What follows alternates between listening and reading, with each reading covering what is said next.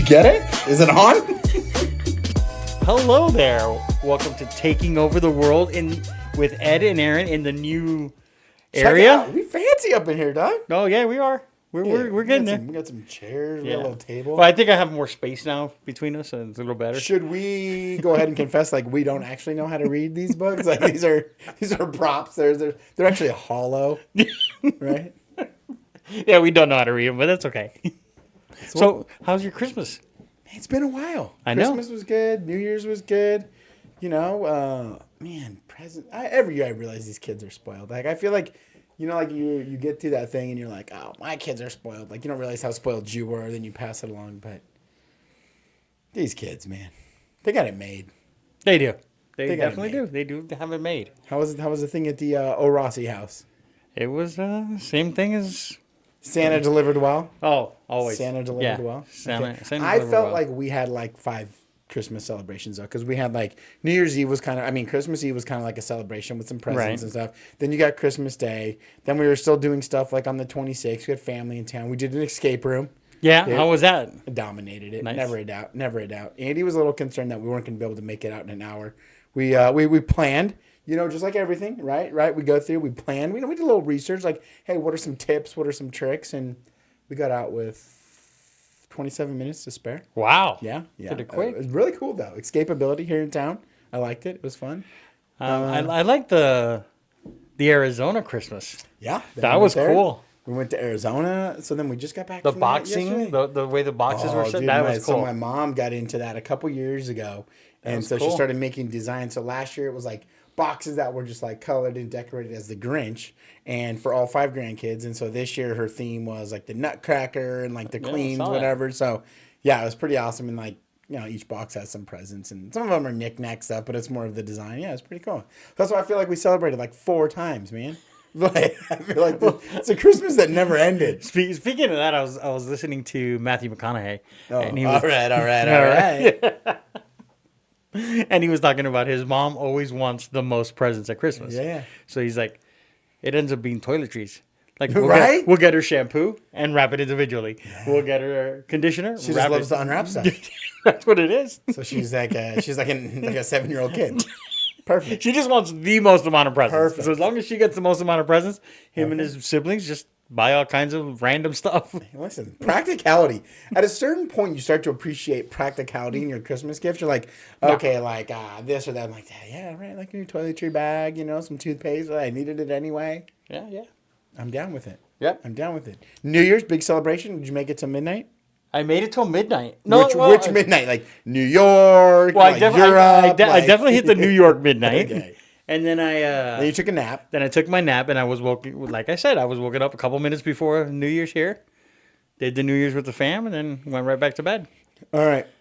And then we had a power outage last night. You had a power outage at your house? The whole neighborhood had a power outage for 2 hours. New year, new problems. My kids in the middle of the night were like, we didn't know if you paid the bill or not until we went outside.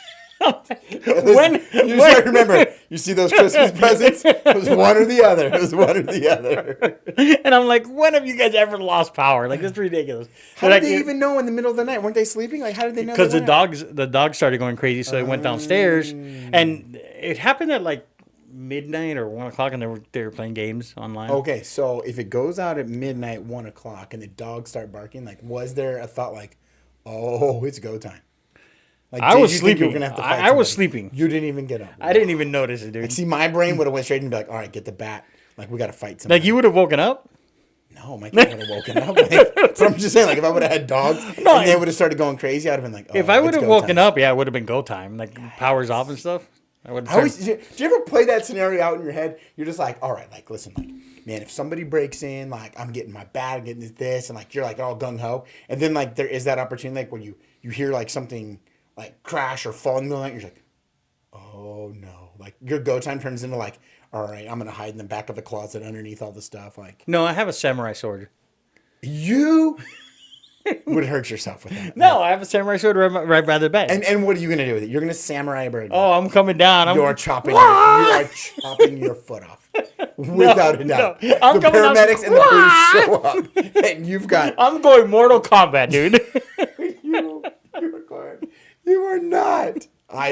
I'll slide down the stairs with the samurai going. I almost want to break into your house just to see this play out. I would like to see this play out. I'm telling you. I'm going to tell you what else played out. What else played out. I know I'm not going to be the first to make this take, and you can come at me, but college football's over. It's ruined. It is. I agree. It's done. I have never been so disappointed in bowl season. Like, I think bowl season's awesome, right? It's like, you know, like when you get to Sunday, like you're always excited. Like, and then when NFL starts playing on Saturdays, you're like, man, we got a game on Thursday, Saturday, Sunday, Monday. You're like, oh, every day's a football game. Right. Bowl season is like that. It's like, oh man, there's always, and it doesn't matter because some of like these mid-conference games are like actually like really good and stuff like that. Right. But I think they kicked it off super wrong with the Florida State snub. Right. They're just like, listen, without Travis, you guys are not a Power 4 team. So see you later. Right. I don't agree with it at all. Okay. I think that those guys deserve to have their shot at it. Right. You know, I mean, it is what it is, right? The other one-loss teams both lost. Okay. But taking that into consideration, where does it stop? This is where I got kind of heated the other day. And I was thinking about it. Okay. Like, now you take Florida State out of it because they lost one player, right? That was their reasoning. Right. Right? Which didn't win the Heisman. He should have won the Heisman if the whole season was scrapped because of him. Fair enough. I don't disagree with that one. But now, okay, you've got like Caleb Williams. Don't even get me. I hope the guy doesn't get drafted. Yeah. Because I mean, you show up, you opt out of your bowl game, then you show up, you got your jersey just hanging around your neck like it's a necklace, like right, like okay, I should have at least tied it like a tie. Dude, I get it. Like I get it. You're probably still, unfortunately, you're probably still going to be like a top 3 draft or top 3 quarterback, right? But it's like, then why are you there? Oh, right. I'm there to support my boys. Okay, then dress up. Like, dress out. Either, wear that stuff. Put your pads on. Like, go be the 3rd string quarterback. Have your headset on. Like, help Miller Moss out. Like, I mean, growing up in Southern California, like, I still wasn't even a big USC fan. But let's just say I was. Like, I found myself pulling for Miller Moss. Like, this is the first time I heard about the kid. Right? And, like, Leinart started talking about him. I'm like, I wanted that kid to ball out so bad. And watching him do that and be like, dude, like, Caleb who? Like, I was so glad he put them on the map because, like, all these guys that are opting out now, I think drives me crazy. Because, like, with the NIL money they're getting, the scholarships they're getting, and I get it. You got to protect your future. The NFL money is there. But it's like, okay, then don't go to the game. Just like if you're in the transfer, just stay away, or don't be a distraction, or suit up, drop to the 3rd string on the depth chart, carry the clipboard, have a headset on, help that quarterback out, talk to them, because now you put who was it? Ohio State, right? Ohio State gets in there. They got no QB1. They got no wide receiver run. They look terrible. That was the worst game. I mean, 3-0 for 3 quarters against Missouri. Yeah. Then you get Florida State, who like half their team opted out because they were ticked off and pissed, like rightfully so. Then you get 63-3. I mean, and Kirby Smart comes out and says he's like I felt bad for them. I felt bad for us. Like he even said it would be a different game if their starters were in. Right. It would be a completely different game. The problem is I think that it goes from like. So this is going to be my take on it, which is going to piss a lot of people off. I like it. But it's everybody's entitled. Yes. Right? Before you weren't entitled. Yeah. Like before it was 12, 18 bowl games max back in the day when like I even put a post on social media saying, "Hey, remember the days?" and it was 7 bowl games on New Year's Day. Yeah, sure. And everybody used to flip between the channels to watch the games. I mean, that's what I remember. So I was like, okay, there was not a lot of bowl games, so going to a bowl game meant something. Sure. Now there's 75 bowl games starting in right after Thanksgiving. Like they're pretty much from Thanksgiving on, it's a bowl game. So people don't even care anymore. And the teams that care are the teams like UNLV and Kansas. Right. They went to the first time they both have been to a bowl game in probably 20 years. Right. For them, for both teams, it was exciting. It was new. Let's do this. Unfortunately, UNLV lost. Kansas. But hey, they made a heck of a run though. No, it was really good. They did a really good comeback in the second half. Like, but and they were talking. The announcers kept talking about how the programs have changed and the systems have changed, and Kansas is about 2 years ahead of where UNLV is. So that was great. Watching the 2 playoff games yesterday.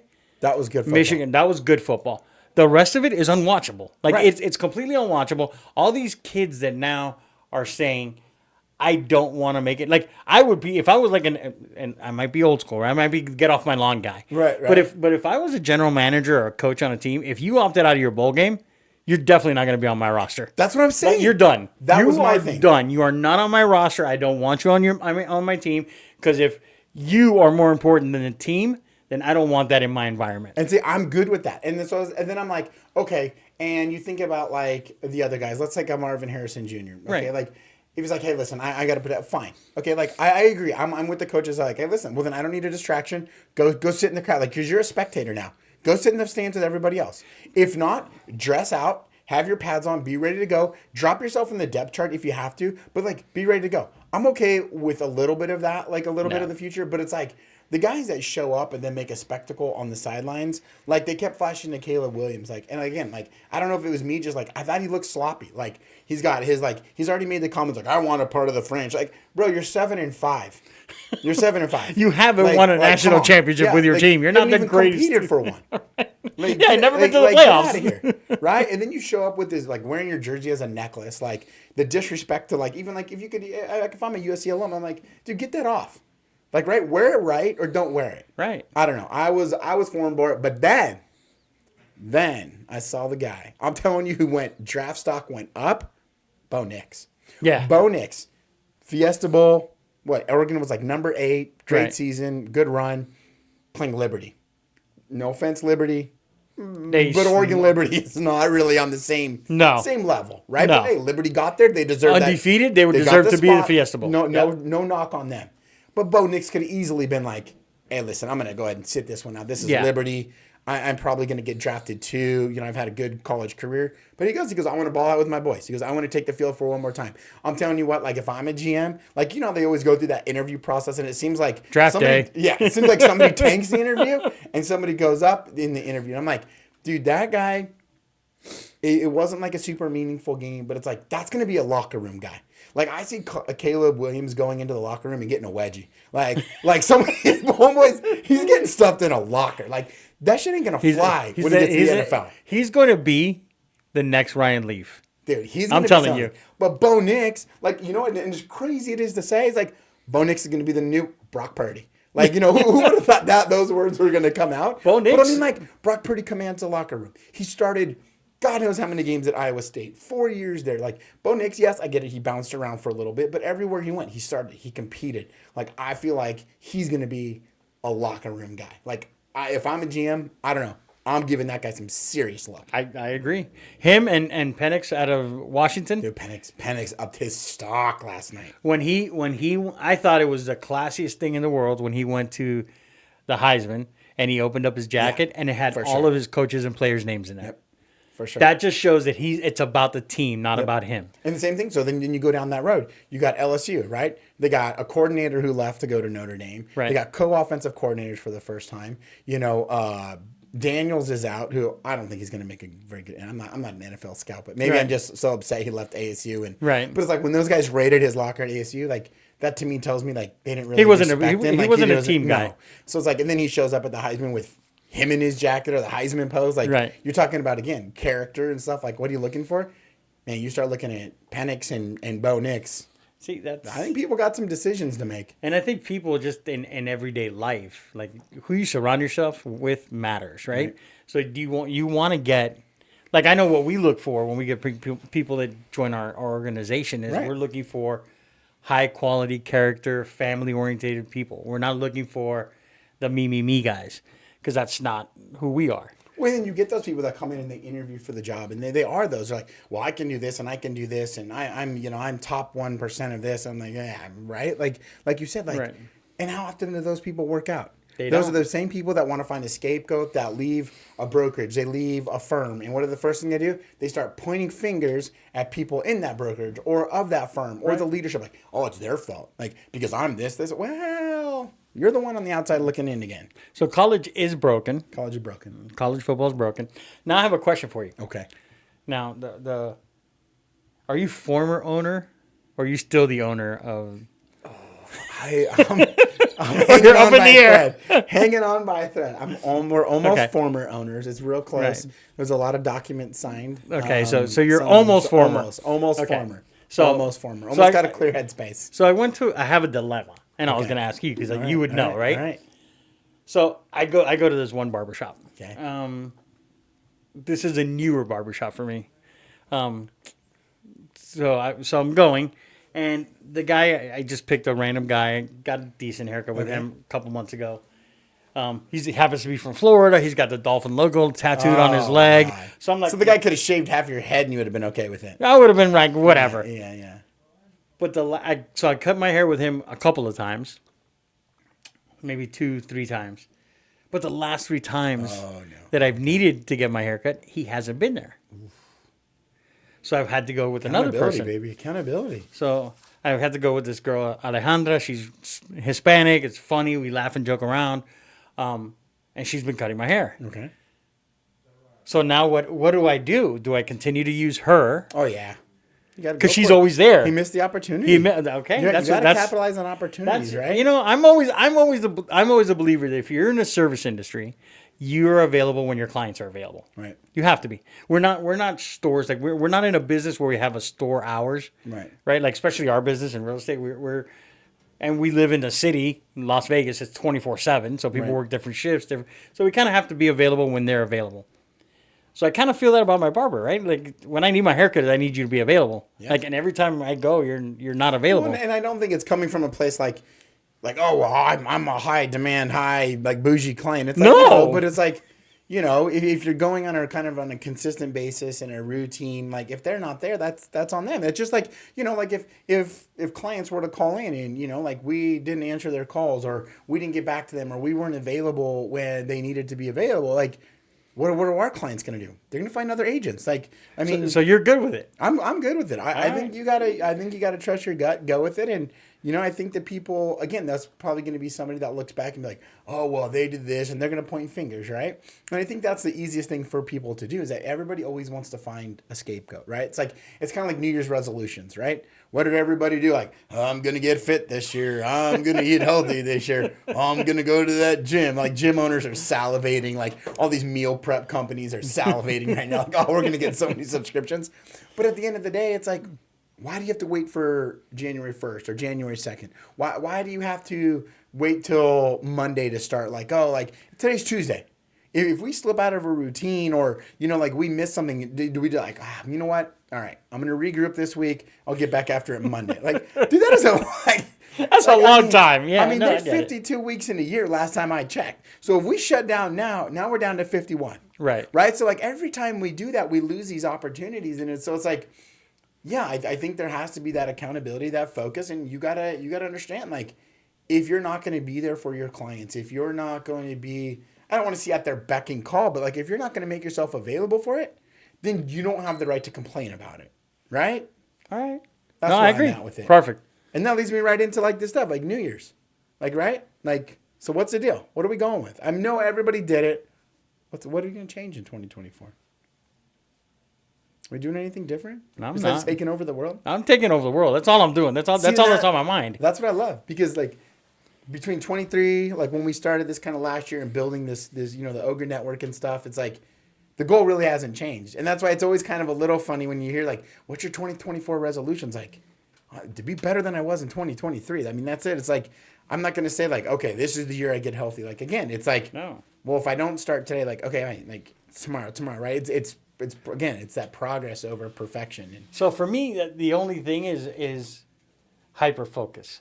Yeah. Okay. Right? But the goals are the same. Right. Like, they haven't changed. My goals are my goals. I want to accomplish this. And, you know, sometimes the goals are, like at least when I set goals, I don't set like, hey, I want to wake up tomorrow and come into the office. Like, that's not my goal. My goal is like, I want to take over the world. Right. So it's such a big goal that you can't accomplish in a year. Now, did we get closer than we were at the beginning of 2023, at the end of 2023? Oh, for sure. Yeah. Are we going to get much closer this year? Yeah, for sure. Oh, like, I think we're going to get there. But my goal's so big that it doesn't have to change on a yearly basis. It just stays the same. What are you going to change? Listen, I'm on board with you. I mean, yes, of course, there's always things that make you think about, okay, well, you know, you look back on 2023, like, yeah, I think I let my health and my fitness go a little bit more than I should have. But Again, I think going back to what you said is like, it wasn't because I let them go because of being lazy. It's like, my goals throughout the year changed, getting a little bit more hyper focused on selling a company, growing a company, building the Ogre network. And so I would like to, bring that back into focus some more. And again, am I going to sit here and be like, I'm going to go to the gym every day? No, but it's like, am I going to make a conscious effort to be more purposeful about my days, more purposeful about my processes, whether it's work and fitness and health? Yeah, absolutely. I did jump on board though. I tried the polar plunge. Hey, listen, first of all, 20 seconds is a long time. Okay. Okay. Yeah, but in 50-degree water. I thought you were going to jump in like 18-degree water. Listen, those were my circumstances. Hey, listen, I couldn't change that. I wasn't going to throw a bunch of ice cubes in a pool. The kids were having a good time with it. Like, oh, we're going to get in. I'm like, oh, get in. Like, whatever. And they got in. They were jumping around like in and out and it was hilarious. Right. I was like, oh, you know what? I've always heard this is good. I've done the cold showers and stuff. I was like, I'm going to, in my mind, like, right, thinking like alpha male. You're going to crush it. Dude, for sure. I was like, you guys are all wimps. I'm going to walk into this water. I'm going to go ahead and take a seat. I mean, you might as well get me a beer, bring the charcuterie board over, like do whatever you want. I'll sit here all day. So I get prepped. I'm like, all right, here we go. I'm like, the funny thing is you got prepped. Like, how do you have to get prepped? You just get dressed and go. Like, come on. Get your mind right. Yeah, right. Because then as I got a little closer, I started to get like, okay, that's pretty cold. I started like whispering to myself. And then I'm like, all right, here we go. We're going to do it. And I got in, and I probably should have maybe gotten a little advice or maybe watched. So I just went in standing up, just dropped my whole body. And I figured like when you jump in the pool, like as soon as you get submerged and start moving around, it feels better. But like nobody ever moves around in a cold plunge. Right. It's like the best thing is to do is like, I'm just going to get in, get up, my shoulders under, and I'll be good to go. Boy, that did not work out. I got in there, I dropped down. And it instantly, like, my body, I thought, like, I started, like, my brain started going, okay, like, what point does hypothermia kick in? Like, meanwhile, it's like 56 degrees in the pool, right? Like I asked Andy afterwards, I'm like, was I ever, she's like, you're an idiot, basically. Did you ask if you were ever purple? I was like, do you think I could have died? Could I have frozen to death in 56 degree water? So yeah, at about 20 seconds. You're the guy that gets a headache and all of a sudden you got a brain tumor and you can't survive. I'm 100% that guy. 100% when I get a headache, I'm like, oh, this is how it goes. The brain tumor is finally expanded enough. Like I'm a dark hole. I wasn't always like that, but like over the last few years, with my dad and stuff. Oh yeah. I'm always like, like everything's worst hopefully that me coming into your world is going to get some of that because I can't. Even I was I had a couple client phone calls while we were gone and stuff. And even that I was thinking like, oh, worst case scenario. Like I'm already like having anxiety about something. And I'm just like, and then like almost to the point where I'm like, okay, I gotta go to bed. Like, so that's like my answer. Just go to bed. Right.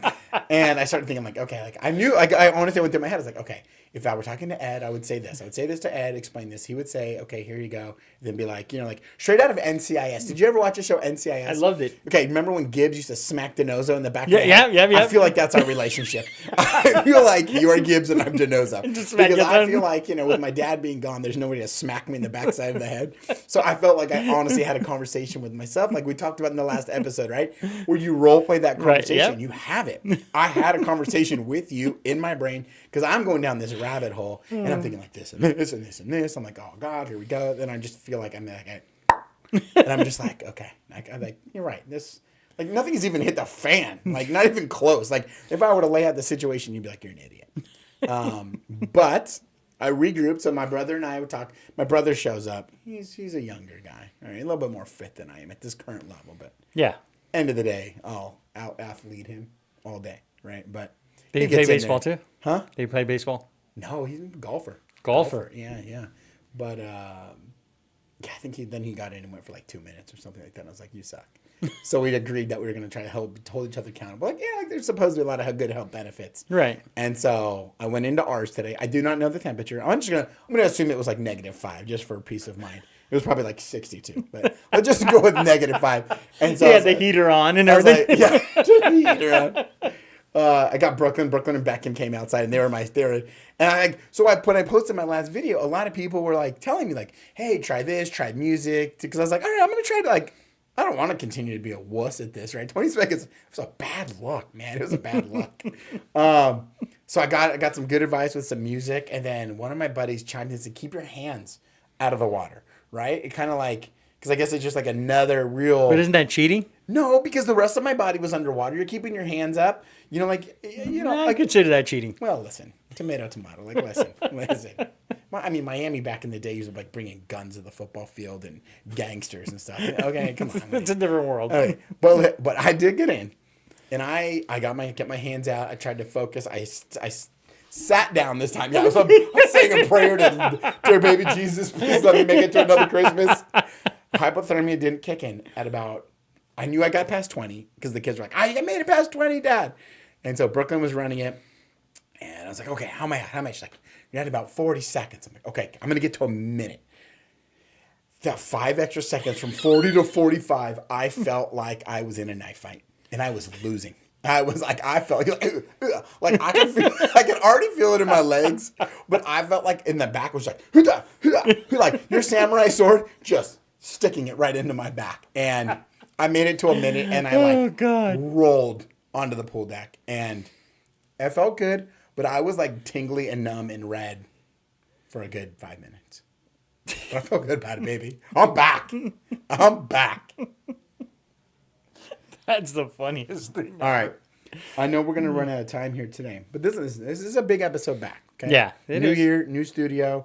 I mean, we missed the last one. I missed the last one. We missed it. Listen. We're a team. We did it together. I got to tell you, one of my favorite things about New Year's Eve is watching Andy Cohen. I don't know who Andy Cohen is. And it's Anderson Cooper. I don't know what he does besides New Year's Eve. I've seen, but watching him get a little lit on that stage with Anderson Cooper on New Year's Eve special is the highlight of my New Year's. Oh, is and it? He didn't disappoint again this year. He was fired up. Was he? My other thing is that I know you're a Marvel guy. 100%. Okay. So I'm going to give you something. And I need your reaction on it. I'm going into some trending topics.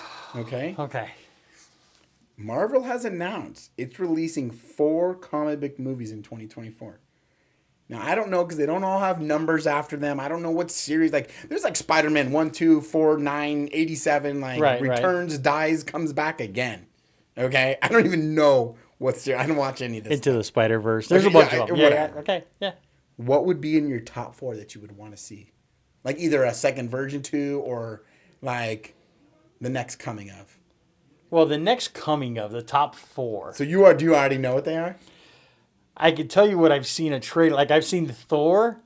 Okay. The Legend of Hercules. Okay. There's supposed to be one coming out, which I'm dying to see. Okay. Because Thor's going to get back to being a badass. I'm sure Instead he of being this comic relief guy that he's been lately. He's going to get back to because he's fighting Hercules, right? He can't be a comedic relief fighting Hercules. I would assume not. Right. So that's one of them. I'd like to see Iron Man come back in another multiverse. Okay. Because Iron Man's my guy, so I'd love to see him. I'd love to see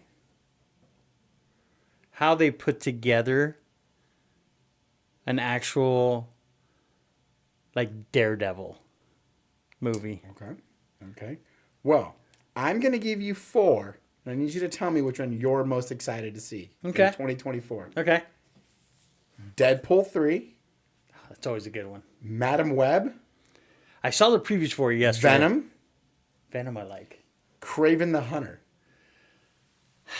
I mean, the only thing that I know is Deadpool 3. And I'm a big Ryan Reynolds guy, so that would be mine. So Deadpool 3 I want to see because it's going to be the first rated R one. Oh. Deadpool 3 is not rated R? Deadpool. I mean, that guy's Samurai City. Yeah, but it's like completely because his movies are all rated R. His Deadpool 1 had a scene in it that really was It was not PG-13? I don't think any child. I mean, I'm an adult and I saw it and I was like, yeah, I shouldn't be seeing this. It's really bad. Okay. Deadpool 2 was kind of like, eh. But Deadpool 3, bringing back Wolverine, bringing back some other people, I think that one's going to be really good.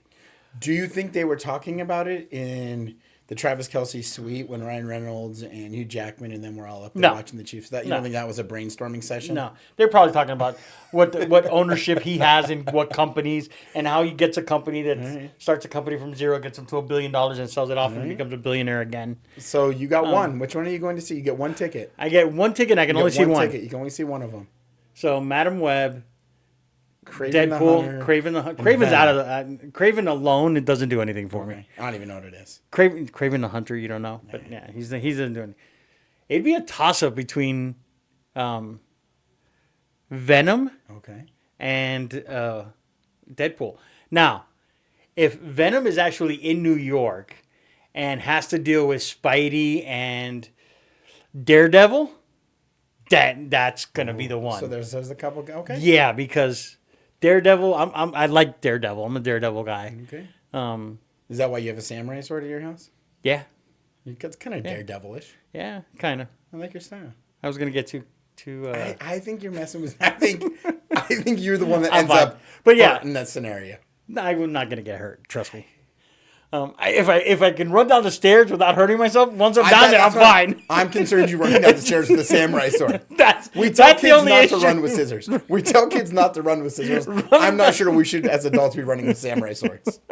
That would be the only thing that scares me, is running down the stairs. Right. Once I get to the bottom, I'm safe. Okay. So maybe I should put the samurai sword there. But then maybe we've cheat code. Samurai sword is down. But yeah, I probably. It would probably be Venom. I like Venom. All right, so Venom's your pick. Yeah. All right. Well, I don't know any of them, so I'm just gonna go with Deadpool and Ryan Reynolds. How do you not know? I just say, listen, it's just not my cup of tea. It's not. I'm not part of the Marvel universe, sub-universe, multiverse society. Well, there is a multiverse that we're a part of. That we're already billionaires and have a private jet. Just so you know. I'll be part of that one. Yeah. Just got to find it. As long as I can get my parachute. All right. So what else did you have for today? I think that was my list, man. We went through the fact that I'm a wimp. I wanted to make sure we're all on the same page. We didn't want to say you're a wimp. I was a wimp. Okay. I was a wimp. You said it. We'll take credit for that. As my son would say, I'm a sissy. We'll take it. I had to take that one on the chin. Now, would your son say it or would your daughter say it? They're probably both. I think it was unanimous across the board that I did not do well. I think even my wife was like a little disappointed, like, thought you would have done better. I was like, you know what? This is not the guy I married from ASU. Me too. It was not my finest moment. But the good news is it did happen in 2023. So my only polar plunge in 2024 is a minute. Okay. So at least I left the wimpiness in 2023. Okay. So it's time to move on. No, man, I just wanted to make sure we were on the same fact that college football's ruined. It needs to be fixed. It's dead. I think the expanded playoff will help because it'll keep more teams engaged. Chip Kelly might be onto something, but just blow up all the conferences and just have like basically the East versus the West, and the conferences don't mean crap anymore. I just think it's hilarious. Like it is to me like karma that the Pac-12 is in the national championship when they blew it up. Like that's just like an FU to everybody, right? It's like Pac-12 is in there, like it or not, we're in. Well, and what? Isn't Washington's moving to the Big Ten, aren't they? Yeah. And that's where Michigan's like, so it's like now the Big Ten's like, oh, look at us. But you know what? One of the things that like yesterday I'll just talk about it real quick gave me nostalgia was watching the Rose Bowl and seeing Michigan in the Rose Bowl. Yes. Like that was like that's where they belong. That was cool. Right. I would agree. And seeing JJ hold his rose in his mouth. Finally bored. He said like he wasn't gonna touch it or something. Yeah, it's superstitious. Yeah. Yeah. I liked Blake Corum's interview, like in that, like how they always do like kind of like player profile. He was talking about like his humble roots and this and that. And they showed like a picture of his house that he grew up in, and he has like they showed the big tattoo that he has of it, and like it used to be like red or something. And like so when they sold it or whatever, the new owners painted a different color, and they're like, well, what are you gonna do? Like they were kind of like putting it on a team for him. And he's like, we better start negotiating now because I'm coming for that house and I'm painting it red. I was like, that's pretty cool, man. So whoever owns that house now is like, they're gonna sell it to Blake Corum. He's buying that house. Oh, of course. That was awesome. All right, buddy. So then we're ready to take off? Let's do it. 2024? 2024 going to be destroying this thing, bro. New way. That's it. Keep it moving. All right. I like it.